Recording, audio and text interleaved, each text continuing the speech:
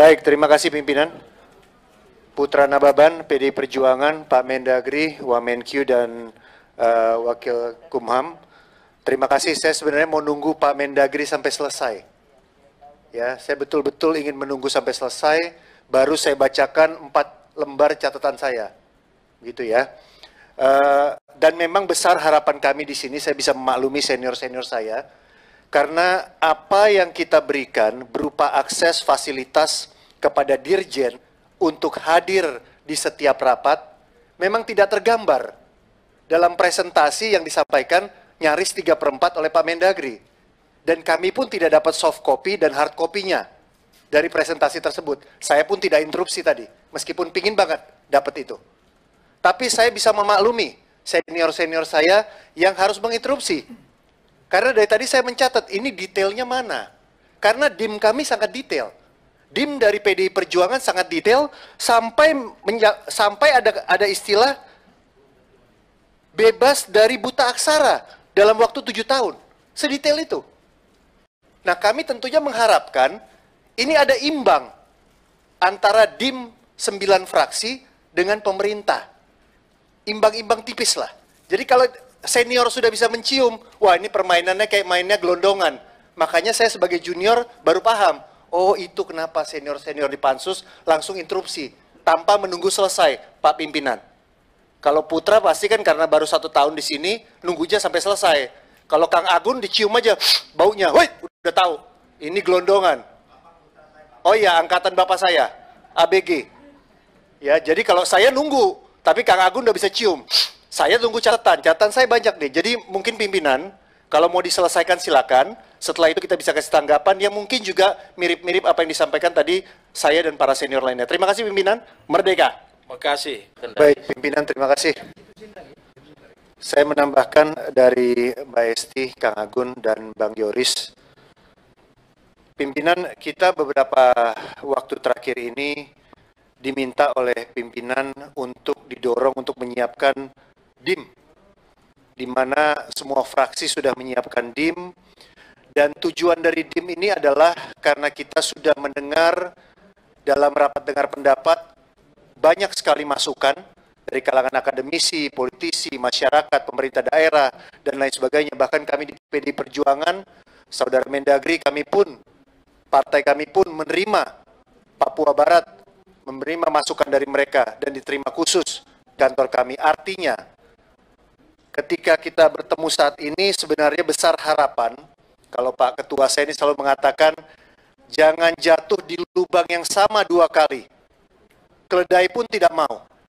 Ya, apalagi kita, manusia yang terhormat. Maksudnya adalah, dari hasil evaluasi, baik itu BPKB, ataupun BPK, dan juga masyarakat Papua, dan kita semuanya, memang ada target-target dari Undang-Undang Nomor 21 Tahun 2001 Otsus Papua, yang betul-betul meleset dari cita-cita yang kita inginkan. Nah, untuk itu makanya kita membutuhkan keseriusan bukan hanya dari DPR RI, tapi juga dari pemerintah. Saya tadinya mengharapkan dari kerjasama dan kolaborasi yang ditujukan pemerintah dalam setiap rapat, kita bukan hanya datang pada gambaran besar, tapi sudah masuk pada DIM. Sehingga kita bisa membaca, yang tadi Saudara Mendagri menyampaikan, ada, kalau dari Papua itu lebih ke politik. Kalau di Papua Barat lebih kepada otonomi khususnya. Hal-hal seperti itu, Saudara Mendagri kita sudah mengetahuinya.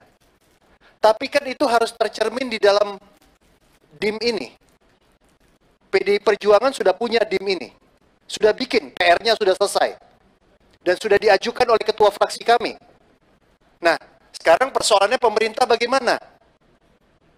Dari apa yang disampaikan Mendagri, Kemenkyu, dan saya senang sekali tadi Wakil Menteri Hukum dan HAM mengatakan lex spesialis sistematis. Betul ya? Artinya apa yang disampaikan Pak Mendagri tadi Pak Wakil kan nggak berani.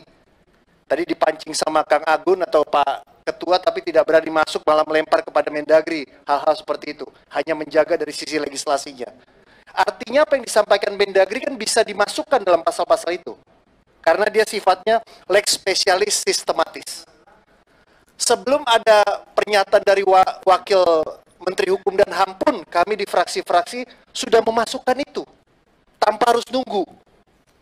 Artinya yang mau saya sampaikan, saya sepakat dengan Kang Agun, senior kita yang ada di sini, bahwa segera sajalah pemerintah yang katanya mau cepat, ya ini kita juga menghargai Pak Jokowi ya, yang punya passion dan semangat dan kecintaan terhadap tanah Papua, agar ini cepat dan dirasakan betul ke daerah-daerah tertinggal dan OAP.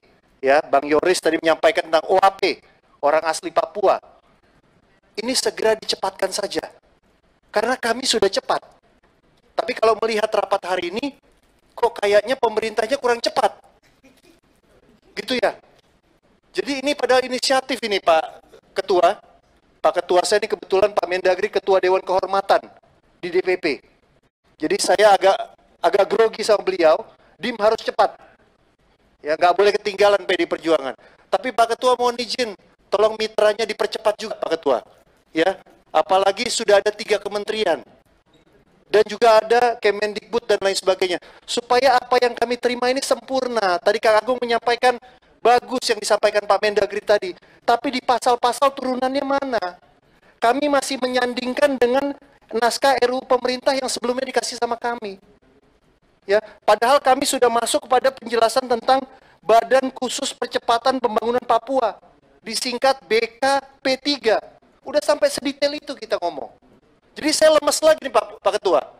Padahal udah mau hot nih kan, udah pakai jaket lagi. Kira mau sampai sore nih kan, main kita Kang Agung juga pakai kan. Botol udah kita bawa semua, mau main sampai sore sampai malam. Bahas DIM. Tapi ini akhirnya kita nggak ketemu di sini. Nah mohon izin Pak Ketua, kalau boleh menambahkan pandangan dari PD Perjuangan agar kita meminta pemerintah untuk segera melengkapi DIM-nya seperti yang disampaikan oleh Mendagri, Kemenq, dan Kemenkumham tadi. Terima kasih. Wassalamualaikum warahmatullahi wabarakatuh. Merdeka.